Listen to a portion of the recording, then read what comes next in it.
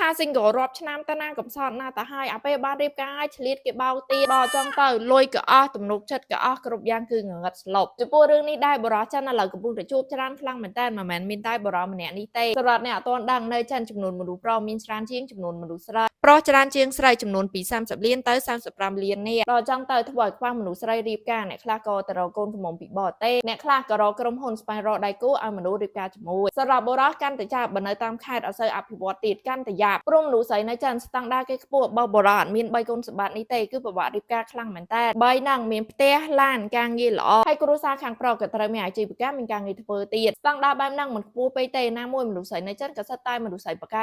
ដែរបកមកបុរសនៅខាងដើមវីដេអូទីគាត់មានឈ្មោះថាវ៉ងជួងអាយុ37ឆ្នាំគាត់នៅលាវរដ្ឋឆ្នាំអីហើយនៅក្នុងឆ្នាំ2024ក៏សម្រេចចិត្តថារៀបការអត់ស្គាល់ណាណីផងចឹងមិនត្រូវការទៅរកក្រុមហ៊ុនរកដៃគូឲ្យហើយក្រុមហ៊ុនហ្នឹងក៏ធ្វើតាមការងាររបស់គេរកមនុស្សស្រីជាច្រើនអ្នកដើម្បីណាត់ជួបជាមួយគាត់ណាត់ឲ្យជួបឡើង7នាក់អត់ត្រូវចិត្តសោះមកត្រូវចិត្តជាមួយនារីទី8គាត់ស្រឡាញ់ម្នាក់ហ្នឹងហ្មងដោយសារមើលទៅស្លូតសុភាស្លៀកពាក់សមរម្យលងគួរឲ្យស្រឡាញ់បាក់ចិត្តទៅលើគេឡើងស្រស់ហើយការណាត់ជួបក៏មានជាបន្តបន្ទាប់ទៀតដល់តែ5ដងតែជួបម្ដងតែ10នាទីទេក្រុមហ៊ុនគេអ្នករៀបចំឲ្យសរុបទៅបើគិតជាចំនួនម៉ោង1ម៉ោងមិនមាន60នាទីគាត់ជាមួយនារីទី8ហ្នឹងស្គាល់គ្នាអត់ទាន់បាន1ម៉ោងផងហើយក្រុមហ៊ុនណាអត់ឲ្យពីរនាក់ហ្នឹងលួចតាក់ទងគ្នាក្រៅទេលេខទូរស័ព្ទក៏មិនឲ្យបណ្ដាញសង្គមក៏មិនឲ្យចាប់បានថាលួចតាក់ទងគ្នាក្រៅគេពីនៅទៀតជួបគ្នាប្រហែលដងរួចហើយដូចជាមួយអាទិត្យក្រោយមកក៏រៀបការហើយគាត់ពិតជាទុកចិត្តក្រុមហ៊ុនខ្លាំងមែនតើអត់មានគិតថាក្រុមហ៊ុនហ្នឹងជាក្រុមហ៊ុនបោកទេថ្លៃរៀបការបណ្ដាការគ្រួសារខាងប្រុសអ្នកចេញទាំងអស់ថ្លៃទឹកដល់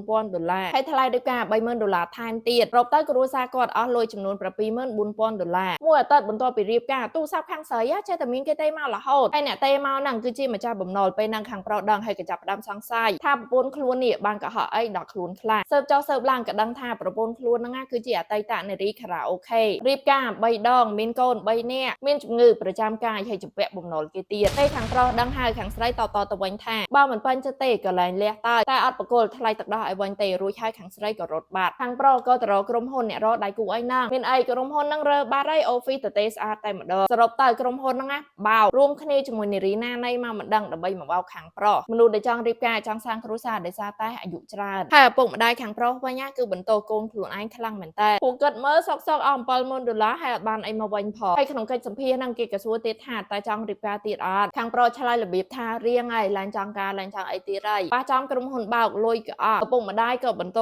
នៅចង់ការអីទៀតចា៎បន្ទាប់ពីស្ដាប់ហើយអាណិតគាត់ដែរអត់ដែលត្រូវមករងគ្រោះដោយសារតែប្រព័ន្ធសង្គម